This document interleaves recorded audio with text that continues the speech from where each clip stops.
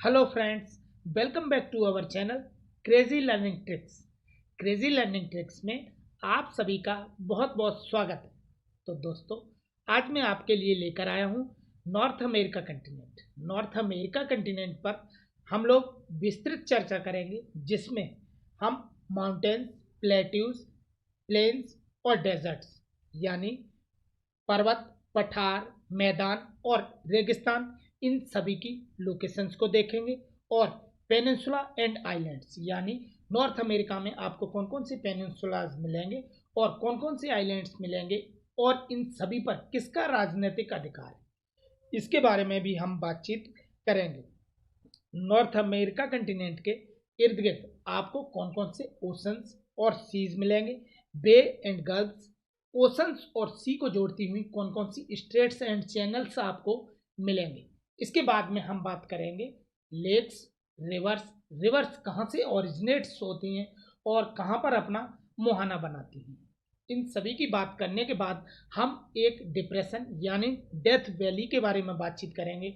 और सबसे लास्ट में आपको कुछ एक ऐसे मेमोरेबल ट्रिक्स बताएंगे जिनसे आप लेक्स को और इनकी कंट्रीज को लर्न कर सकें और हमेशा के लिए लर्न कर सकें। तो फ्रेंड्स, अब हम मूव करते हैं नॉर्थ अमेरिका की पोजीशन को देखते हैं। नॉर्थ अमेरिका कंटिनेंट जैसा कि आपको विश्व के मैप में दिखाई दे रहा है, ये कंटिनेंट, हालांकि ये बताने की ज़रूरत तो नहीं है, आप सभी जानते होंगे, मैं जानता हूँ आप सभी ये बात जानते होंगे, लेकिन फिर भी एक ओरिएंटेशन के लिए मैं आपको ये बात बता रहा हूँ कि ये भाग नॉर्थ अमेरिका कंटिनेंट है और इसके दक्षिण में आपको मिलेगा south America continent. North America continent क्षेत्रफल की दृष्टि से पूरे विश्व में तीसरा कंटिनेंट है, यानी यह ऐसा महाद्वीप है जो कि एशिया महाद्वीप और अफ्रीका से दोनों से छोटा है और बाकी महाद्वीपों से बड़ा है। यानी फर्स्ट महाद्वीप एशिया, सेकंड अफ्रीका और थर्ड महाद्वीप है आपका नॉर्थ अमेरिका। नॉर्थ अमेरिका को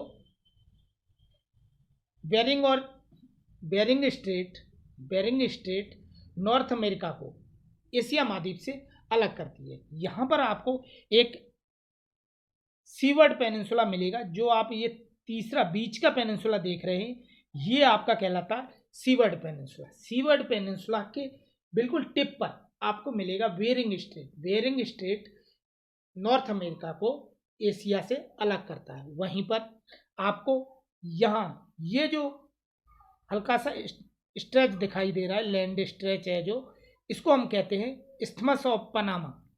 ये भाग इस्थमस ऑफ पनामा कहलाता है। इस्थमस ऑफ पनामा यानी पनामा स्थल संधि नॉर्थ अमेरिका महाद्वीप और दक्षिण अमेरिका महाद्वीप को जोड़ता है। स्थल संधि इस्थमस उस भाग को कहते हैं, एक ऐसी सक्रिय पट्टी जो कि दो विशाल भूखंडों को जोड़ती हो, यानी दो विशाल महाद्वीपों को जोड़ती हो, उसको हम इस्थमस कहते हैं। तो इस जगह का नाम है पनामा इस्थमस। इस पनामा इस्थमस में एक पनामा नहर निकाली गई है। इस तरह से पनामा नहर निकाली गई है जो कि पैसिफिक ओशन और कैरिबियन सी, ये आपको यहाँ पर मिलेगा कैरिबियन सी। तो पनामा ओशन और कैरिबियन सी को ये कनेक्ट करती है, एक बहुत ही सुंदर कड़ी का काम करती है। आपको पनामा कैनल पर पैसिफिक ओशन में आपको पनामा बंदरगाह और कैरिबियन सी में आपको कोलोन बंदरगाह मिलेगा। तो दोस्तों, यहाँ पर एक छोटी सी ट्रिक बनती है, मैं आपको बताता चलता हूँ। पैसिफिक ओशन में आपको पनामा और कैरिबियन में कोलोन। अब आप यहाँ पर देखिए, पी फॉर पैसिफिक और सी फॉर कोलोन और कैरिबियन, यानी आपको पी और सी, पैसिफिक में आपको मिलेगा पनामा बंदरगाह और कैरिबियन की तरफ आपको मिलेगा कोलोन बंदरगाह। तो दोस्तों, ये ट्रिक याद रखना। अब हम मूव करते हैं नॉर्थ अमेरिका के पॉलिटिकल मैप की ओर। नॉर्थ अमेरिका में आपको कुल मिलाकर के 23 कंट्रीज मिलेंगे। इनमें से सबसे बड़े 3 कंट्री आपको कनाडा, यूएसए, मैक्सिको, ये तीनों कंट्रीज नॉर्थ अमेरिका महाद्वीप के सबसे बड़े देश हैं। इन सब में कनाडा सबसे बड़ा, उसके बाद यूएसए और उसके बाद में मैक्सिको। यहाँ पर आपको ये जो आप देख रहे हैं इन सभी देशों को कहा जाता है सेंट्रल अमेरिका के देश। सेंट्रल अमेरिका के देश, इनमें आपको कुछ एक ऐसे देश मिलेंगे जैसे Guatemala, El Salvador, Belize, Honduras, Nicaragua, Costa Rica और पनामा। ये 7 कंट्रीज हैं, इनको सेंट्रल अमेरिका के देश कहा जाता है। इसके बाद में आपको यहाँ पर मिलेंगे ग्रेटर एंटिलीज और इस जगह आपको मिलेंगे लेसर एंटिलीज। तो दोस्तों अभी सिर्फ आप अपना ओरिएंटेशन करिए, हम इसको डिटेल में आपको अगले मैप पर दिखाएंगे। तो दोस्तों कुल मिलाकर के 23 कंट्रीज हैं, यानी आपको 3 कंट्रीज जो कि मेजर कंट्री और बचे हुए आपके 20 कंट्रीज जो कि छोटे छोटे कंट्रीज हैं, जिनमें से 7 कंट्री आपको मिलेंगे किसमें, सेंट्रल अमेरिका में, और बाकी के बचे हुए 13 कंट्री आपको मिलेंगे ग्रेटर और लेसर एंटिलीज में। तो अब हम बात करते हैं इसके कुछ माउंटेन्स के बारे में। देखिए फ्रेंड्स, ये मैप आपको बिल्कुल ही स्पष्ट रूप से, हाँ जी, ये मैप आपको बहुत ही स्पष्ट रूप से दिखाई दे रहा होगा। ये मैप आपके लिए एक फिजिकल अमेरिका का फिजिकल डिस्क्रिप्शन बयां करता है। इस मैप में आप देखिए अमेरिका महाद्वीप में वेस्ट की ओर आपको ये पूरी पर्वत श्रृंखला दिखाई दे रही है। इस पर्वत श्रृंखला को समग्र रूप से पश्चिमी कॉर्डिलेरा यानी वेस्टर्न कॉर्डिलेरा कहा जाता है। इनमें से सबसे लंबी पर्वत रेंज आपको मिलेगी रॉकी माउंटेन्स, जो कि यहाँ पर आपको मिलेगी। रॉकी माउंटेन्स ये विश्व की दूसरे नंबर की लार्जेस्ट यानी सेकंड लार्जेस्ट रेंज है। फर्स्ट रेंज आपको मिलेगी साउथ अमेरिका में जो रेंज मिलती है उसका नाम क्या है, प्लीज हमें कमेंट करके बताएं, कमेंट में जरूर बताएं। इस भाग में आपको पश्चिमी कॉर्डिलेरा में यानी वेस्टर्न कॉर्डिलेरा में आपको रॉकी माउंटेन्स, उसके बाद में यहाँ पर आपको मिलेगा ब्रुक्स रेंज, अलास्का रेंज भी मिलेगी, उसके बाद में Coast Range, Cascade Range, Sierra Nevada और सिएरा माद्रे। इस तरह से आपको ये 4 या 5 रेंजेस मिलेंगे। और इस पूरे पर्वतीय क्षेत्र को, ये पूरे पर्वतीय भाग को क्या कहा जाता है, पश्चिमी कॉर्डिलेरा। तो फ्रेंड्स अब हम मूव करते हैं इस पश्चिमी कॉर्डिलेरा यानी पश्चिमी पर्वतीय क्षेत्र से कुछ ईस्ट की ओर जब आप मूव करेंगे तो यहाँ आपको कुछ निम्न भूमि मिलेगी। यहाँ पर आपको कोलोराडो प्लेट्यू, उसके बाद में मैक्सिकन प्लेट्यू। ये मैक्सिकन प्लेट्यू वहीं पर है जहाँ पर आपको मैक्सिको देश बसा हुआ मिलेगा, यानी मैक्सिकन प्लेट्यू पर मैक्सिको देश बसा हुआ है। इसके बाद में आपको यहाँ मिलेगा एडवर्ड पेनिनसुला, ओजार्क पेनिनसुला और यहाँ पर आपको मिलेगा लॉरेंसियन पेनिनसुला। तो फ्रेंड्स इस प्रकार से आपको यहाँ पर आपको प्लेट्यूज, ये गलती हो गई ये हमारे से, यहाँ पर आपको कोलोराडो, मैक्सिकन, एडवर्ड, ओजार्क और लॉरेंसियन ये सभी क्या हैं, प्लेट्यूज हैं। ठीक है फ्रेंड्स, इसके बाद में आपको यहाँ पर ये क्षेत्र आपका कहलाता है ग्रेट प्लेन्स, जो कि वेस्टर्न कॉर्डिलेरा और ग्रेट लेक्स के बीच का एरिया है, जहाँ पर आपको शीतोष्ण घास की मैदान मिलेंगे। इन घास के मैदानों को क्या कहा जाता है, प्रेरीज। यहाँ से जैसे ही आप साउथ की ओर मूव करेंगे तो आपको इस जगह यानी मैक्सिकन पेनिनसुला से नॉर्थ ईस्ट की ओर आप मूव करेंगे तो इस क्षेत्र को कहा जाता है सेंट्रल प्लेन्स। तो फ्रेंड्स अभी तक हमने बातचीत की माउंटेन्स, प्लेट्यूज एंड प्लेन्स। यहाँ तक मैं समझता हूँ कि आपको कोई भी डाउट नहीं होगा। अब हम मूव करते हैं डेजर्ट्स की। ये बहुत ही इंपॉर्टेंट पॉइंट है दोस्तों, इस चीज को नोट कर लेना। ये आपको कई परीक्षाओं में पूछा जा सकता है। मोजेब और सोनोरन ये दोनों डेजर्ट आपको कहाँ मिलेंगे, नॉर्थ अमेरिकन कंटिनेंट में। इनकी लोकेशन इस प्रकार से है, ये सिएरा नेवेदा और सिएरा माद्रे इन दोनों पर्वत श्रेणियों के बीच में आपको मिलेंगे। यहाँ पर आपको मिलेगा मोजेव डेजर्ट, इस जगह आपको मोजेव डेजर्ट मिलेगा, और यहाँ पर आपको सोनोरन डेजर्ट मिलेंगे, और यहीं पर आपको डेथ वैली भी मिलेगी। ये उत्तरी अमेरिका का ऐसा पोर्शन है जहाँ पर सबसे ज़्यादा गर्म जलवायु आपको यहीं पर मिलेगी। तो फ्रेंड्स, अब हम मूव करते हैं उत्तरी अमेरिका के कुछ पेनिनसुला के बारे में बातचीत करते हैं। पेनिनसुला, देखिए फ्रेंड्स, ये पेनिनसुला कहलाता है सीवर्ड पेनिनसुला, जिसकी हम बातचीत कर रहे थे। ये पेनिनसुला आपका सीवर्ड पेनिनसुला कहलाता है, और ये आपकी है बियरिंग स्ट्रेट। एक बार फिर मैप में दिखा देता हूँ। सीवर्ड पेनिनसुला, यहाँ पर नाम भी लिखा हुआ है, अगर आप देखें, ये सीवर्ड पेनिनसुला, और इसको कहते हैं बियरिंग स्ट्रेट। ये पूरे क्षेत्र को, ये अलास्का क्षेत्र कहलाता है। हाँ, अब आपको यहाँ एक क्वेश्चन खड़ा होना चाहिए कि ये क्षेत्र कनाडा का होना चाहिए, लेकिन यूएसए का कैसे हो गया? ये क्वेश्चन तो आपके मन में रेज होना ही चाहिए। यहाँ पर मैं आपको ये क्लियर कर दूं कि ये क्षेत्र, जिसको हम अलास्का क्षेत्र ये दिखाया हुआ है मैप में, मैं समझता हूँ, मैं उम्मीद करता हूँ कि आप मैप खोल के बैठे होंगे और आप इस चीज़ को मैप में भी नोट डाउन कर रहे होंगे। इस क्षेत्र को अलास्का कहा जाता है, और ये टेरिटरी बिल्कुल कनाडा के पास में है, लेकिन ये यूएसए की टेरिटरी कैसे है? तो ये एक इम्पोर्टेंट पॉइंट मैं आपको बताना चाहता हूँ। ये टेरिटरी यूएसए की है, लेकिन इसको यूएसए ने रूस से खरीदा है, रूस से परचेज किया है, इसलिए ये टेरिटरी किसकी है? यूएसए की। ठीक है फ्रेंड्स, अभी तक हमने बातचीत की आपका सीवर्ड पेनिनसुला। ये पेनिनसुला आपका सीवर्ड पेनिनसुला है। उसके बाद में इस पेनिनसुला को कहते हैं अलास्का पेनिनसुला। अलास्का पेनिनसुला से आगे ये आपको मिलेंगे यहाँ पर अल्यूसियन आइलैंड्स मिलेंगे। इसके बाद में आपको कैलिफोर्निया, ये पोर्शन, इस पोर्शन को हम कहते हैं कैलिफोर्निया का पेनिनसुला। ठीक है, कैलिफोर्निया, और उसके बाद में ये पोर्शन है फ्लोरिडा। तो दोस्तों, यहाँ भी एक छोटा सा ट्रिक बनता है। देखिए कैसे, हम जब परीक्षा में बैठते हैं तो हमारे मन में ये कन्फ्यूजन हो जाता है कि कैलिफोर्निया इधर है कि फ्लोरिडा इधर है। अब इस चीज़ को हम क्लियर कर देते हैं।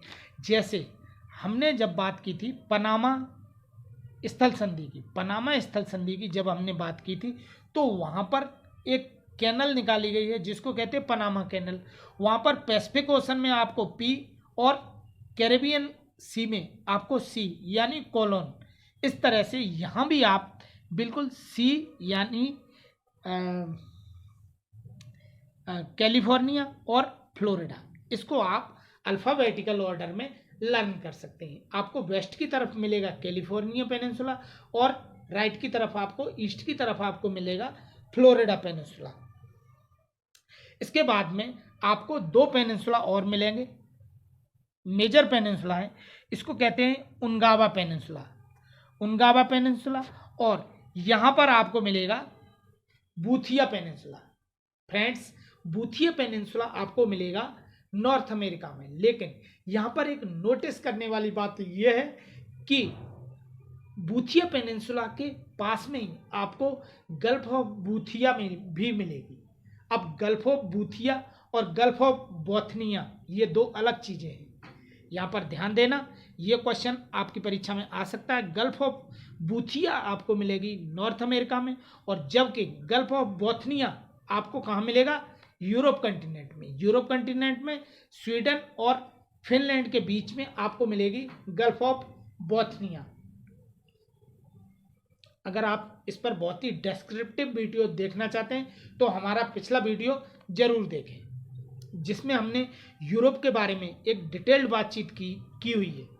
तो फ्रेंड्स, इस प्रकार से हमने बातचीत की पेनिनसुला। अब पेनिनसुला आपका रिवाइज कर देता हूँ फटाफट। सीवर्ड पेनिनसुला, अलास्का पेनिनसुला, उसके बाद में कैलिफोर्निया, फ्लोरिडा, उनगावा और बूथिया, ये पेनिनसुलाज आपको मिलेंगे।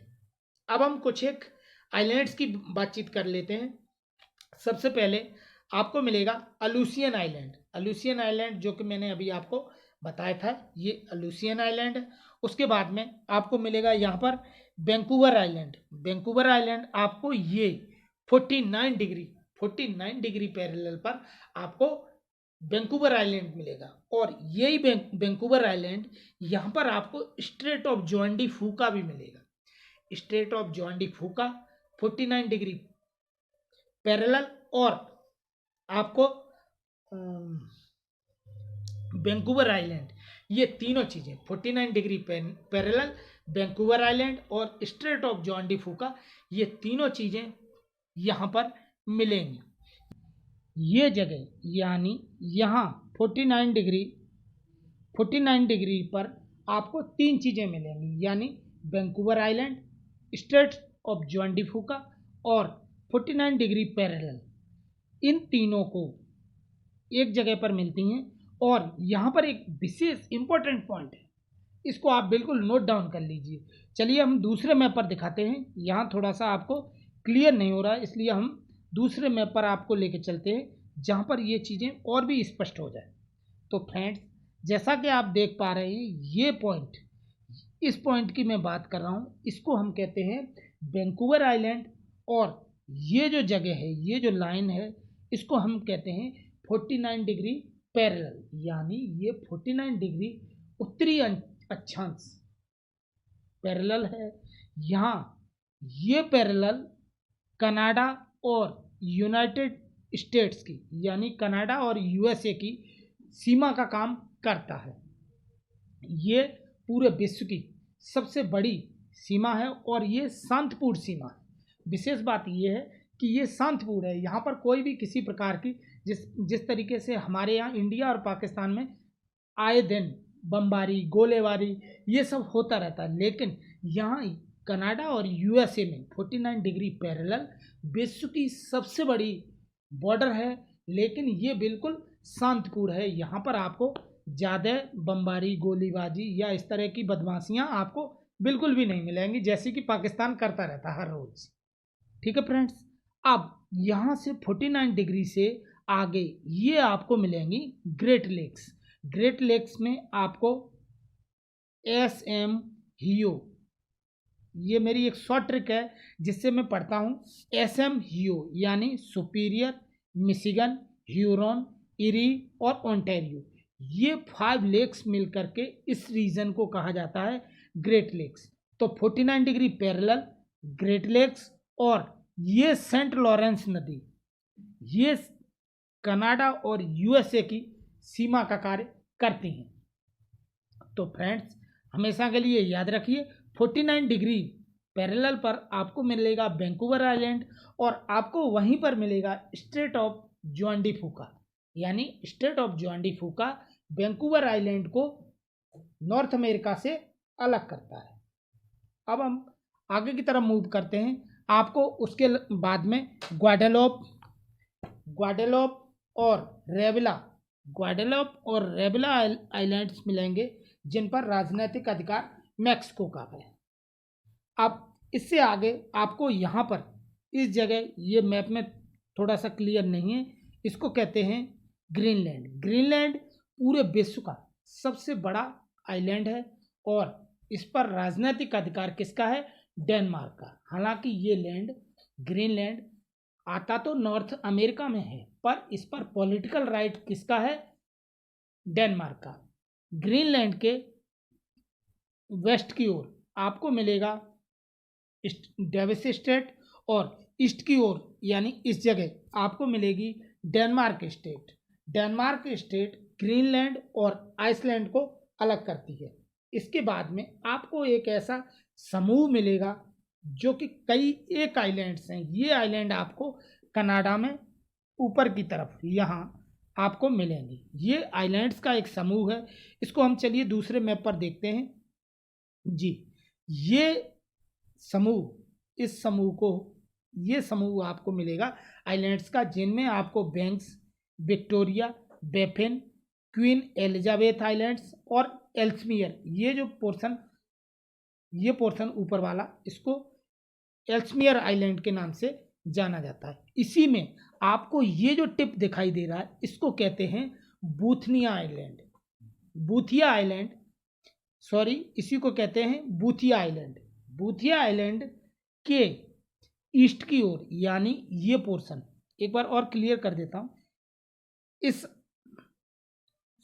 पेनिनसुला को कहा जाता है बूथिया पेनिनसुला। बूथिया पेनिनसुला से, जिसकी हमने पीछे बातचीत की थी, बूथिया पेनिनसुला से, बूथिया पेनिनसुला इसको कहते हैं बूथिया पेनिनसुला, उनगावा पेनिनसुला, उनगावा बूथिया। बूथिया के ईस्ट की ओर ये जो पोर्शन है इसको कहते हैं गल्फ ऑफ बूथिया। यहाँ पर एक नोटिस करने वाली बात है दोस्तों, बूथिया पेनिनसुला और बूथिया गल्फ ये आपको मिलेंगे नॉर्थ अमेरिका में, जबकि गल्फ ऑफ बोथनिया आपको मिलेगा यूरोप में। यूरोप में स्वीडन और फिनलैंड के बीच में आपको गल्फ ऑफ बोथनिया मिलेगा।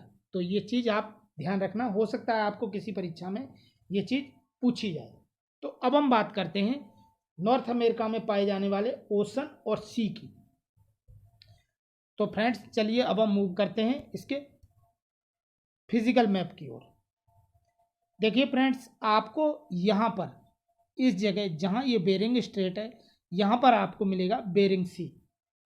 इसके बाद में ये इतना बड़ा ह्यूज ओशन आप देख रहे हैं, ये तो आप जानते ही होंगे कि इसको कहा जाता है पैसिफिक ओशन। पैसिफिक ओशन में ये नॉर्थ पैसिफिक ओशन वाला पोर्शन आप यहाँ पर देख रहे हैं।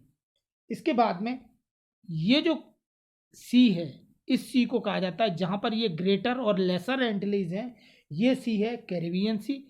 और यहाँ पर आपको मिलेगा सारगेसो सी। और ये पूरा ओशन आपको नॉर्थ अटलांटिक ओशन, उसके बाद में लेब्राडोर सी, और इस पूरे महाद्वीप के उत्तर की ओर आपको मिलेगा आर्कटिक ओशन।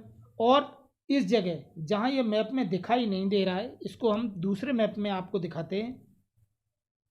ये वाला पोर्शन कहलाता है बीफोर्ट सी।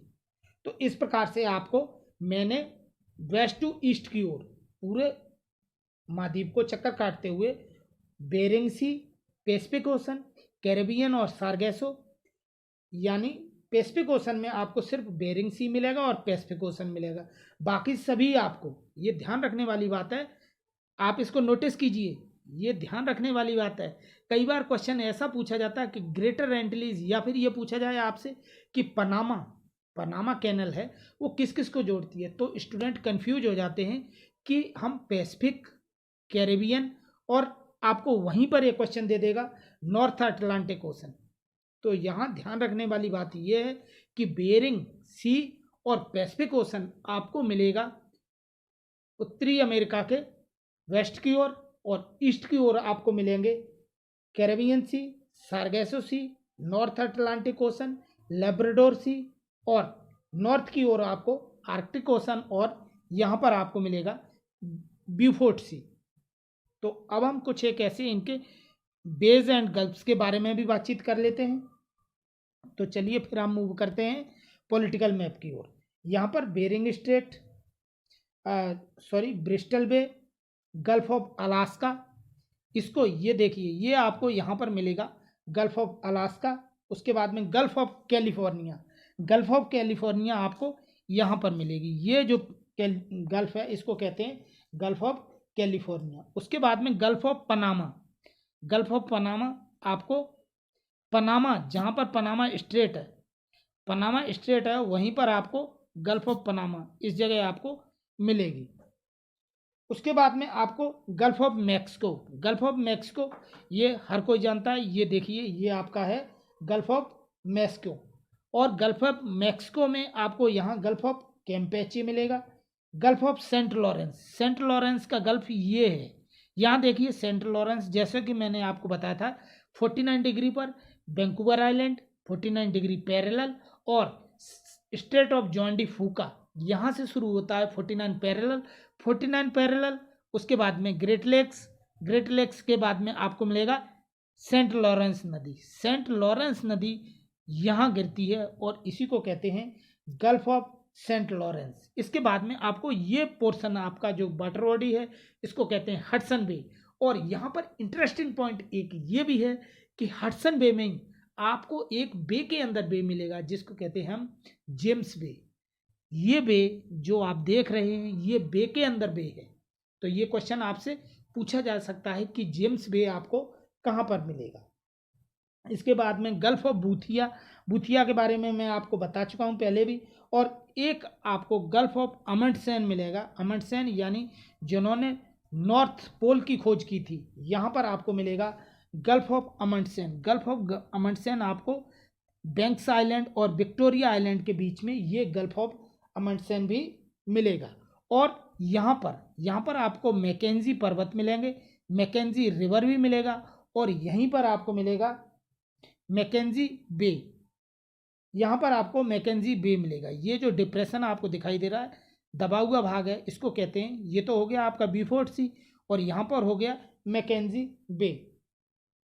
तो दोस्तों अब हम मूव करते हैं यहाँ पर पाए जाने वाले स्टेट्स की ओर। स्टेट्स उत्तरी अमेरिका में आपको कौन कौन से स्टेट्स मिलेंगे, तो स्टेट्स में सबसे पहला स्टेट यहाँ से शुरू करते हैं।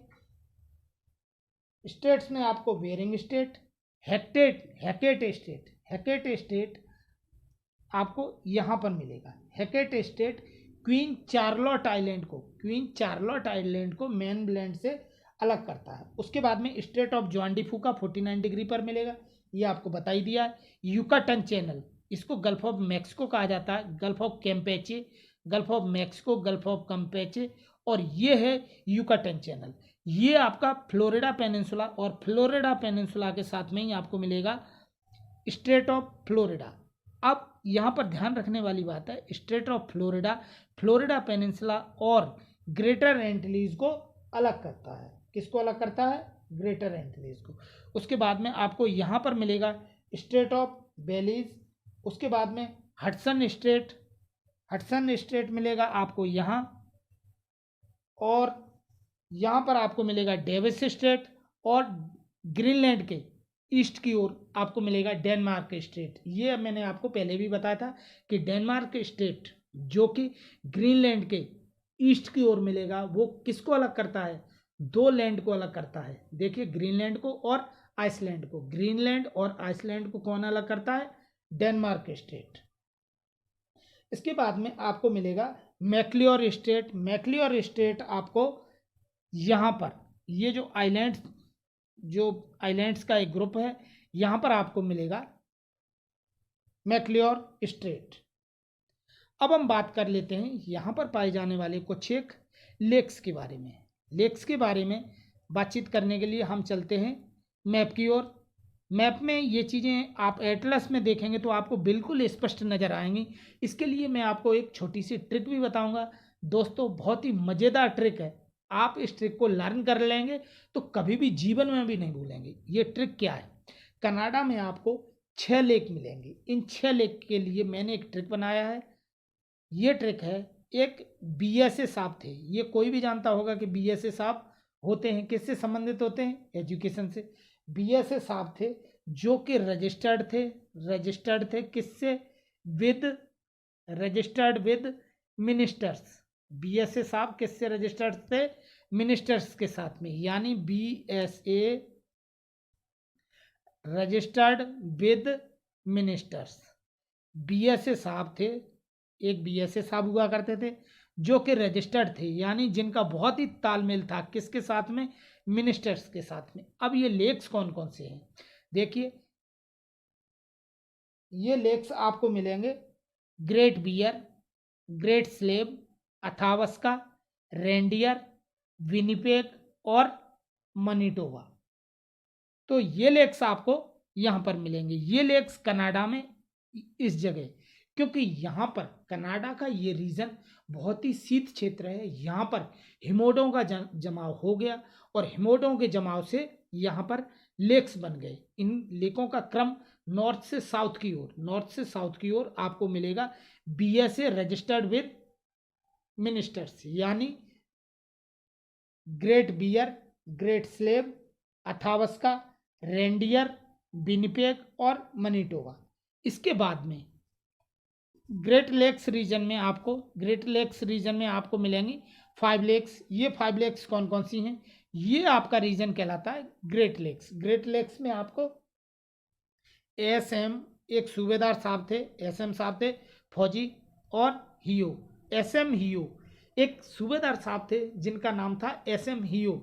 पुरानी जो कनाडा वाली थी उसमें कौन क्या था? बीएसए साहब थे जो कि रजिस्टर्ड थे, किसके साथ में? Registered with ministers. और इसमें जो अमेरिका की हैं वो हैं एसएम साहब थे कौन? हियो, एसएम हियो, यानी सुपीरियर, मिशिगन, ह्यूरॉन, इरी और Ontario. Superior, Michigan, Huron, eri और ओंटारियो। हाँ जी फ्रेंड्स, यहाँ पर एक चीज़ आपको ध्यान देने वाली बात यह है कि सुपीरियर और ह्यूरॉन को कौन जोड़ता है? अब यहाँ देखिए सुपीरियर, तो यहाँ पर सु को जोड़ता है सु। ये ध्यान रखिए, ये क्वेश्चन आपसे पूछा जा सकता है कि सु नहर कौन कौन सी 2 लेक्स को जोड़ता है? तो ये जोड़ता है सुपीरियर और ह्यूरॉन को। इसी प्रकार से इरी और ओंटारियो को एक नहर जोड़ती है जिसको कहते हैं वेलेंट। और यहाँ पर पूरे विश्व का विख्यात नियाग्रा जलप्रपात, इन दोनों के बीच में आपको नियाग्रा जलप्रपात भी मिलेगा। और इसके बाद में आपको निकारागुआ लेक आपको निकारागुआ में मिलेगी। तो इस प्रकार से दोस्तों हमने लेक्स के बारे में बातचीत की। लेक्स के बारे में जो ट्रिक थी हमारी, वो ट्रिक आप बिल्कुल आसानी से समझ गए होंगे। कनाडा की जो लेक्स हैं उनके लिए बीएसए रजिस्टर्ड विद मिनिस्टर्स, और ये हो गई कनाडा में मिलने वाली। यूएसए में मिलने वाली आपको मिलेंगी एसएम, सूबेदार साहब हैं, इनका नाम क्या है? सूबेदार हियो। तो ये चीज़ें अब सुपीरियर और ह्यूरॉन इनको जोड़ती है सुपीरियर यानी सू, और इरी और ओंटारियो को जोड़ती है वेलेंट रिवर। तो ये, और इरी और ओंटारियो के बीच में आपको मिलेगा नियाग्रा जलप्रपात। तो दोस्तों अब हम बात करते हैं कुछ एक रिवर्स के बारे में। तो रिवर्स आपको मिलेंगी सबसे नॉर्थ की ओर। देखिए फ्रेंड्स, मेरा थोड़ा पढ़ने का स्टाइल कुछ अलग तरीके से है। मैं हमेशा एक सीरियली इनको लर्न करता हूँ, क्योंकि जिससे कम समय में इनका रिवीजन किया जा सके और परीक्षा में अच्छे अंक प्राप्त किए जा सकें। तो सबसे पहले हम बात करते हैं यूकॉन रिवर की। यूकॉन, ये देखिए यहाँ पर आपको यूकॉन टेरिटरी मिलेगी, और यहीं पर आपको यूकॉन रिवर भी ये दिखाई दे रही मैप के अंदर। इसके बाद में आपको मिलेगी मैकेंजी रिवर, और मैकेंजी के बाद में आपको लॉर्ड, हे और पीस, ये 3 नदियां मिलेंगी। और उसके बाद में आपको मिलेगी फ्रेजर, कोलंबिया,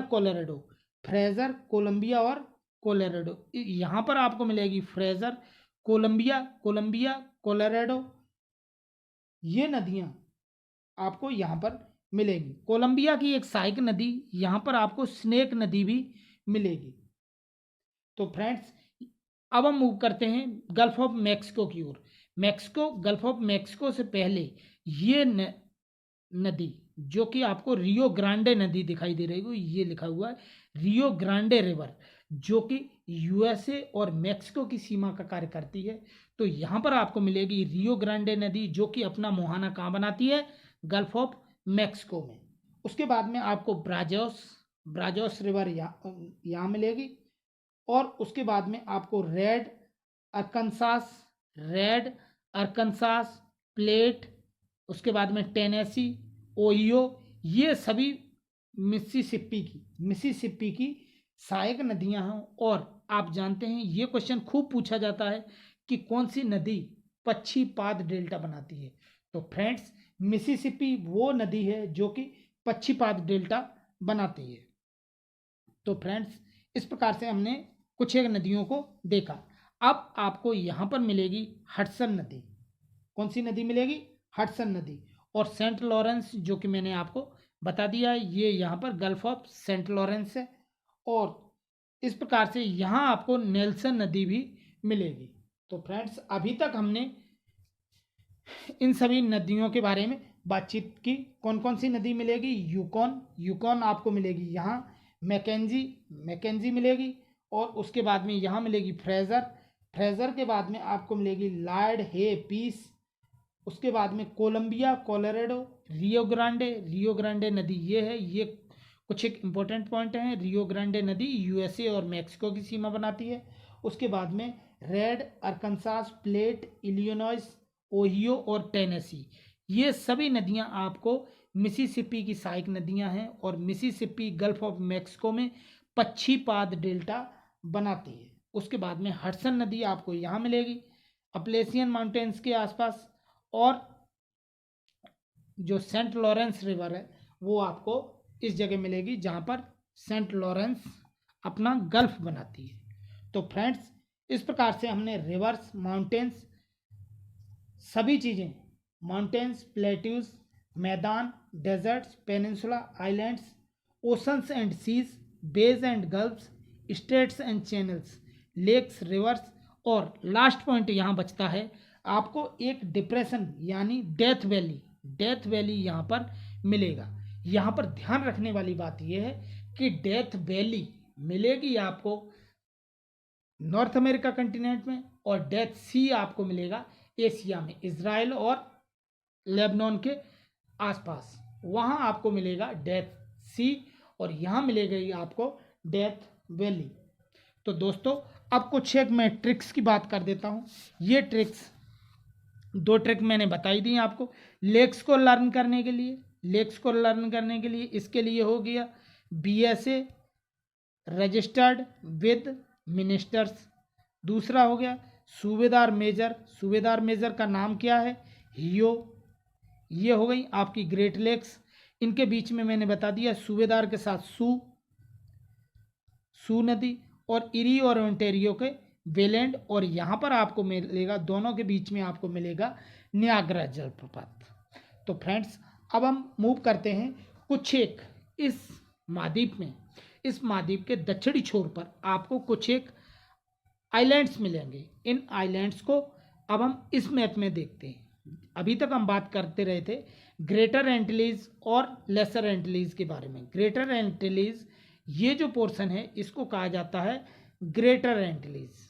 ये पोर्शन जो लटकता हुआ दिखाई दे रहा है इसको कहते हैं फ्लोरिडा। यहाँ पर आपको गल्फ ऑफ फ्लोरिडा मिलेगी, जो कि क्यूबा और बहामास को मेनलैंड से यानी यूएसए की मेनलैंड से अलग करती है। ठीक है, यहाँ पर आपको कुछ एक कंट्रीज़ मिलेंगे। इन कंट्रीज़ के लिए मैंने एक ट्रिक बनाई है। वो ट्रिक है दोस्तों, थोड़ा मजाकिया ट्रिक है। आप इस चीज़ को कैसा समझेंगे, हो सकता है मैं तो कुछ कह नहीं सकता। आप इसको अच्छा भी समझ सकते हैं, और या फिर आप अपने अनुसार मॉडिफिकेशन कर सकते हैं। मैं तो लर्न करने के लिए यही ट्रिक इस्तेमाल करता था, और बिल्कुल ही परफेक्ट ट्रिक है। अब ये ट्रिक क्या है? बाक्यू,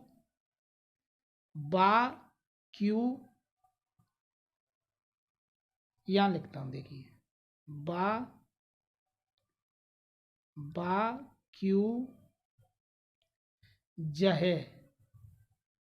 बाक्यू जहे डोप्यू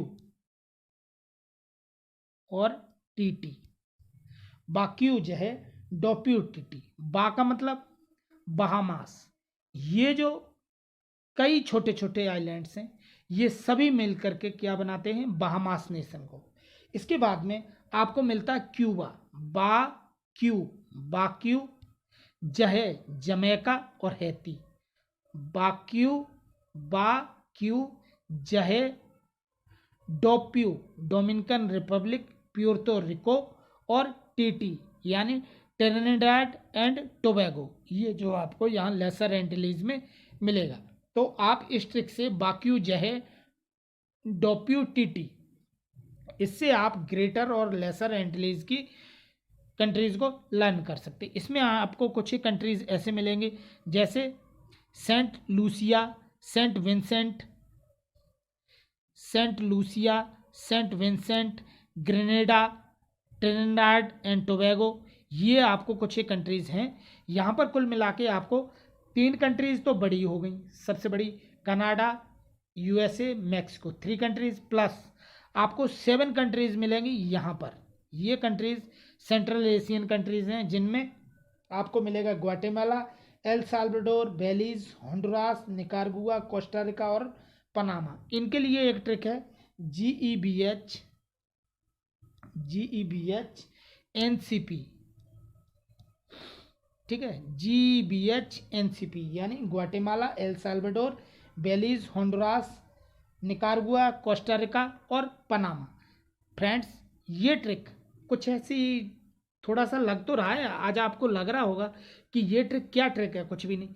आप इस चीज़ को 2-4 बार लिख के देखेंगे, GEBH NCP, GEBH NCP, आपको GEBH NCP यहाँ मिलेगा और बाकी जो है WTT आपको मिलेगा ग्रेटर और लेसर एंटिलीज में। तो यहाँ आपके 3 और 7 यानी 10 कंट्रीज तो ये हो जाते हैं, प्लस आपको यहाँ पर मिलेंगे 13 कंट्रीज, जिसमें से आपको 7 कंट्रीज यहाँ मिल जाएंगे और बचे हुए कंट्रीज ये आपके लेसर एंटिलीज में आपको मिलेंगे। तो दोस्तों, इस प्रकार से हमने कई क्वेश्चंस को देखा और मैं उम्मीद करता हूँ कि आपको यहाँ पर बहुत कुछ समझने को मिला होगा। आज हमने सिर्फ फिजिकल फीचर्स के बारे में, अमेरिका के फिजिकल फीचर्स के बारे में, नॉर्थ अमेरिका के फिजिकल मैपिंग कैसे की जाए, कैसे मैप को देखा जाए। मैप में बहुत छोटी छोटी चीज़ें होती हैं, जैसे बूथिया, गल्फ ऑफ बूथिया, इस तरह की चीज़ें हमने यहाँ डिस्कस की। जुआन डी फूका, स्ट्रेट ऑफ जुआन डी फूका, उसके बाद में वैंकूवर आइलैंड, ये सभी चीज़ों को हमने यहाँ डिटेल में देखा। हालांकि ये चीज़ें आपको मैप में भी मिलेंगी, एटलस का मैप खोलिए और इन चीज़ों को आप उसी तरह से एक बार रिवाइज कर लीजिए, आपको ये चीज़ें लर्न हो जाएंगी और ये ट्रिक्स आपको, आई होप, उम्मीद करता हूँ कि ये ट्रिक आपको बहुत ही पसंद आएंगे और आप इसमें अपने अकॉर्डिंगली मॉडिफिकेशंस भी कर सकते हैं। तो फ्रेंड्स, वीडियो को ख़त्म करते समय मैं आपसे एक क्वेश्चन पूछना चाहता हूँ। हमें आप ये बताइए, कमेंट करके ये बताइए कि वो यूरोप के वो कौन से 2 देश हैं जिन्होंने 15वीं शताब्दी में नए भौगोलिक खोजों का युग प्रारंभ किया था। तो फ्रेंड्स, इस पूरे वीडियो में मैंने आपसे 2 क्वेश्चंस पूछे हैं। प्लीज़, मैं उम्मीद करता हूं कि आप इनका जवाब जरूर देंगे। और मेरा वीडियो आपको कैसा लगा, अच्छा लगा या इसमें और सुधार की ज़रूरत है, प्लीज़ आप कमेंट करके बताएं, जिससे हम इसमें और भी सुधार कर सकें और आपके लिए अच्छे से अच्छा वीडियो दे सकें। तो फ्रेंड्स, वीडियो देखने के लिए बहुत बहुत धन्यवाद। Thanks for watching. Have a great day. जय हिंद, जय भारत।